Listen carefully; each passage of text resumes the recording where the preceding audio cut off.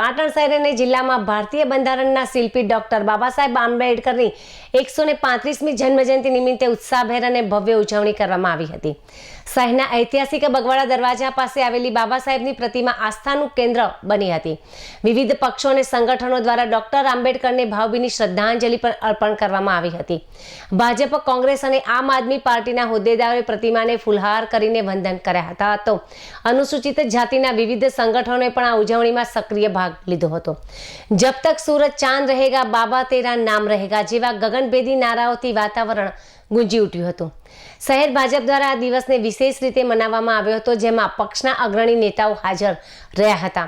જિલ્લા પ્રમુખ રમેશ સિંધવ તેમજ શહેર પ્રમુખ હર્ષ પટેલ, અન્ય મહાનુભાવો, પૂર્વ પાલિકા પ્રમુખ તેમજ વિવિધ ઉમેદવારો અને કાર્યકરો પણ હાજર રહ્યા હતા. આ કાર્યક્રમ દ્વારા ડોક્ટર બાબા સાહેબ આંબેડકરના સમાનતા, શિક્ષણ અને સામાજિક ન્યાયના વિચારોને વાગોળવામાં આવ્યા હતા. પાટણના નગરજનોએ મોટી સંખ્યામાં એકત્રિત થઈને બંધારણના ઘડવૈયા પ્રત્યે પોતાની આદર વ્યક્ત કર્યો હતો.